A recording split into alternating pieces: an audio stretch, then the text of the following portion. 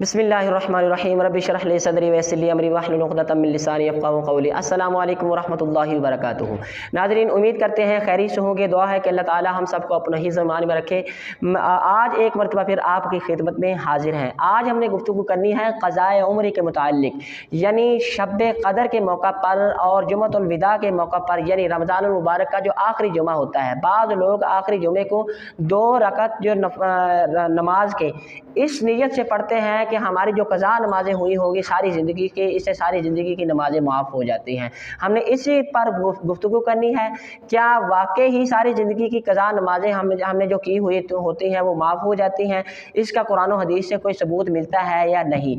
सबसे पहले हम ये गुफ्तगू करेंगे कि क़ज़ा नमाज किसे कहते हैं और अदा नमाज कौन सी होती है और इआदा करना किसे कहते हैं। क़ज़ा नमाज वो होती है यानी जो वक़्त नमाज निकल जाने के, नमाज का वक़्त निकल जाने के बाद हम जो पढ़ेंगे वो हमारी क़ज़ा नमाज शुमार होगी। मिसाल के तौर पर फ़जर का नमाज का वक़्त होता है सूरज निकलने तक, हमने उसके बाद फ़जर की नमाज़ अगर पढ़ी तो हमारी वो क़ज़ा हो जाएगी। ऐसे ही ज़ोहर का जो वक़्त निकल गया तो हमारी क़ज़ा होगी। क़ज़ा नमाज हम जब तक अदा यानी पढ़ेंगे नहीं, हमारी अदा शुमार नहीं होगी। जब तक उसके क़ज़ा नहीं करेंगे, हम मुकम्मल नहीं पढ़ेंगे तो सारी ज़िंदगी के लिए, जैसे कहते हैं ना, सर पर जो तलवार लटकी हुई होती है, ज़िम्मेदारी जो होती है, वाजिबुल अदा होती है, वो हम पर होती, फ़र्ज़ होती है, वाजिब होती है कि हम जब तक पढ़ेंगे नहीं वो हमारी नमाज क़ज़ा शुमार होगी। तो इसका हुक्म क्या है, नमाज कब हम क़ज़ा कर सकते हैं? याद रखें, जानबूझकर नमाज क़ज़ा करना सख्त गुनाह है। हाँ, कोई आपको मजबूरी है, ऐसी मजबूरी है, बीमारी की हालत में ऐसी कोई सख्त बीमारी लगी हुई है कि आप नमाज इशारे से भी नहीं पढ़ सकते, नमाज क़ज़ा कर सकते हैं। आपको कोई खौफ है कि जंग की हालत में, या वैसे कोई खौफ है कि आपका कोई दुश्मन आपको मार देगा, तो इससे आप नमाज क़ज़ा कर सकते हैं। हाँ, सफ़र की हालत में आपके पास कोई सवारी ऐसी है कि आपको नमाज नहीं पढ़ सकते तो आप नमाज क़ज़ा कर सकते हैं। यानी सख्त से सख्त मजबूरी की हालत में हम नमाज को क़ज़ा कर सकते हैं। बिला वजह, बिला मजबूरी के हम नमाज क़ज़ा करेंगे तो इसका सख्त गुनाह है। इसकी ये जो है बहुत सारी मज़म्मत आई है। बिला वजह नमाज क़ज़ा नहीं करनी चाहिए।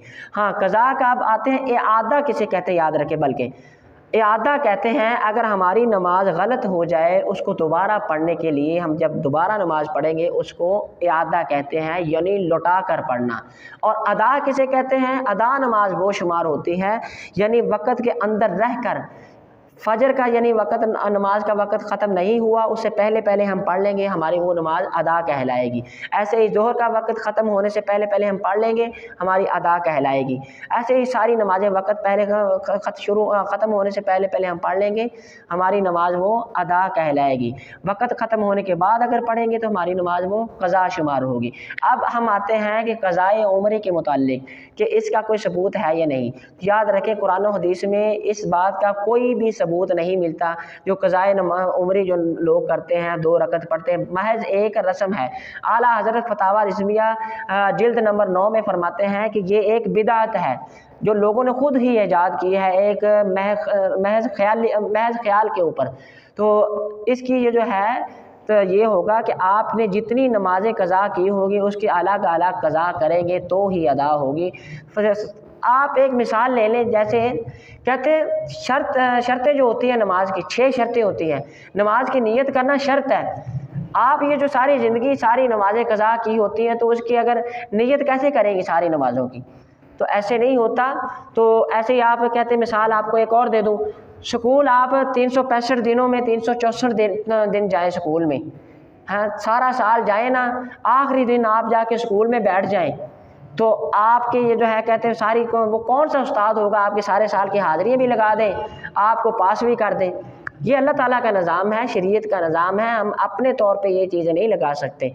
तो क़ज़ा नमाज़ें हमने जो क़ज़ा की हुई होती हैं, छोड़ी होंगी, हमारे ऊपर वाजिबुल अदा होगी। जब तक हम पढ़ेंगे नहीं तो हमारी वो अदा नहीं कहलाएगी। हाँ, मुफ्ती अहमद यार खान नईमी रहमतुल्लाह अलैह आप फरमाते हैं कि अगर कोई जुमअतुल विदा के मौका पर, रमज़ानुल मुबारक के आखिरी जुमा यानी जुमा पढ़ के, तो 2 रकअत नमाज ऐसे पढ़ें कि हर रकात में सूरह फातिहा के बाद सूरह इखलास, سورہ اخلاص پڑھنے کے بعد آیت الکرسی، اور آیت الکرسی پڑھنے کے بعد سورۃ الفلق اور سورۃ الناس پڑھیں۔ دوسری رکعت میں پھر ایسے ہی سورۃ الفلق، آیت الکرسی، سورۃ الاخلاص۔ سورۃ الاخلاص یاد رکھیں 3 مرتبہ پڑھنی ہے۔ پہلے سورۃ الاخلاص 3 مرتبہ، پھر آیت الکرسی، پھر سورۃ الفلق، پھر سورۃ الناس۔ اس طرح آپ پڑھیں گے، اس سے یہ ہے کہ آپ کی جو قضا نمازیں ہوئی ہوں گی اس کا گناہ معاف ہو جائے گا، لیکن نمازیں معاف نہیں ہوں گے، وہ آپ کو پڑھنی پڑیں گی۔ اب آپ کو بتاتے ہیں کہ قضا نمازیں پڑھنے کا، ادا کرنے کا کیا طریقہ ہے۔ تو آسان طریقہ یہ ہے کہ آپ ایک لسٹ بنا لیں، اندازہ لگا لیں کہ میری اتنے مہینوں کی نمازیں قضا ہوئی ہیں، اس حساب سے آپ پڑھنا شروع کر دیں، ایک پڑھی آپ ایک کاٹتے جائیں۔ ذہن سے ہی آپ ذہن میں نقشہ بنا لیں کہ ایک پڑھ لی ہے، نیت یوں کرنی ہے آپ نے کہ میری فرض کی 100 نمازیں ہیں قضا ہوئی ہیں، اس میں سے میں پہلی نماز فجر کی پہلی قضا ہوئی ہے تو آپ پہلی نماز پڑھ لیں۔ ایسے ہی ظہر کی۔ دوسرا طریقہ یہ ہے کہ اگر آپ کی فجر کی ہوئی ہے تو فجر کے ساتھ فجر کی پڑھتے جائیں، ظہر کی ہوئی ظہر کے ساتھ ظہر کی پڑھ لیں، تو عصر کے ساتھ عصر کی پڑھ لیں۔ ہاں یہ بھی ہے، اگر آپ کے پاس ایسی ترتیب نہیں بنتی تو آپ دن میں جب چاہیں قضا نماز پڑھ سکتے ہیں۔ قضا نماز کا کوئی وقت نہیں ہوتا۔ ہاں یہ یاد رکھنا ہے کہ مکروہ ٹائم نہ ہو۔ نماز کے جو مکروہ ٹائم ہوتے ہیں، خاص کر 3 ٹائم، نماز فجر ادا کرنے کے بعد سورج نکلنے تک، مکمل نکلنے تک کوئی بھی نماز نہیں پڑھی جا سکتی، ایسے ہی قضا نماز بھی نہیں پڑھی جائے گی۔ ایسے ہی دوپہر 12 بجے تقریباً جب سایہ مکمل سر پہ ہوتا ہے، برابر ہوتا ہے سایہ، تو تب بھی کوئی نماز نہیں پڑھنی چاہیے، یعنی زوال کے وقت۔ ایسے ہی شام کو نماز عصر پڑھنے کے بعد، یاد رکھیں نماز عصر ابھی تک نہیں پڑھی، سورج نہیں ڈوبا، اب پہلے نماز عصر پڑھیں گے۔ نماز عصر پڑھنے کے بعد سے لے کر سورج ڈوبنے تک کوئی بھی نماز نہیں پڑھی جا سکتی۔ اس کے علاوہ آپ جب چاہیں قضا نماز آپ پڑھ سکتے ہیں۔ ہاں اگر آپ کو یاد نہیں کہ میری نمازیں کتنی قضا ہوئی ہیں، یہ بھی آپ یاد رکھیں، تو آپ نے اندازے سے جو ہے لسٹ بنانی ہے، پڑھتے جائیں نیت کر کے کہ میں نے ایک نماز پڑھ لی، ایک نماز پڑھ لی، یعنی سال کی ہوئی ہیں وہ سال ہی آپ ایک ایک نماز کر کے 2 کر کے پڑھتے ہیں، اس حساب سے جو بنا لے 365 دن ہوتے ہیں، 365 دنوں میں کتنی نمازیں ہوں گی، فجر کی کتنی ہوگی، ظہر کی کتنی ہوگی، عصر کی کتنی ہوگی۔ ہاں زندگی ساری آپ نماز نہ پڑھیں، جیسے پہلے میں نے بات کی ہے، تو کتنی نمازیں بن جائے گی؟ 2 رکعت ادا کرنے سے آپ کے پڑھنے سے ساری زندگی کیسے معاف ہو جائے گی؟ ایسے نہیں ہوتا، ٹھیک ہے۔ دوسرا آپ کو وظیفہ بتانے لگا ہوں، خاص کر رمضان المبارک میں۔ رمضان المبارک کے آخری جمعہ کو بعد نماز جمعہ جو بندہ نماز ظہر 2 رکعت پڑھے، پہلی رکعت میں سورہ فاتحہ کے بعد سورۃ الزلزال 1 بار، سورہ اخلاص 10 بار، اور دوسری رکعت میں سورہ فاتحہ کے بعد سورۃ الکافرون 3 مرتبہ پڑھیں۔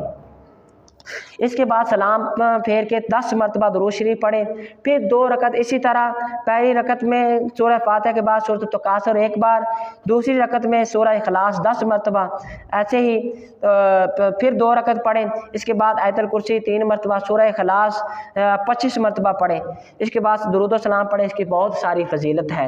اس کے یہ ہے کہ اللہ تعالیٰ قیامت تک یہ جو ہے بے انتہا عبادت کا بندہ ثواب پاتا ہے اس سے۔ پھر سن لیں کہ رمضان المبارک کے آخری جمعہ کو بعد نماز ظہر، یعنی جمعہ کے بعد پہلی رکعت میں سورہ فاتحہ کے بعد سورۃ الزلزال 1 بار، سورہ اخلاص 10 بار، دوسری رکعت میں سورہ فاتحہ کے بعد سورۃ الکافرون 3 مرتبہ، پھر سلام پھیر دینا ہے، سلام پھیر کے پھر 2 رکعت پھر پڑھنی ہے۔ پہلی رکعت میں سورہ فاتحہ کے بعد سورۃ التکاثر 1 بار، سورۃ اخلاص یعنی قل هو اللہ 10 بار پڑھنی ہے۔ تو دوسری رکعت میں سورہ فاتحہ کے بعد آیت الکرسی 3 مرتبہ، سورۃ اخلاص 25 مرتبہ پڑھنے کے بعد سلام پھیرنا ہے، سلام پھیر کے آپ نے 10 مرتبہ درود شریف پڑھنا ہے۔ اس کے بعد دعا کرنی ہے، اس کی بہت ساری فضیلت ہے۔ تو دعا ہے کہ اللہ تعالی ہمیں حق سچ بیان کرنے کی اور اس پر عمل کرنے کی توفیق عطا فرمائے۔ وما علینا الا البلاغ المبین۔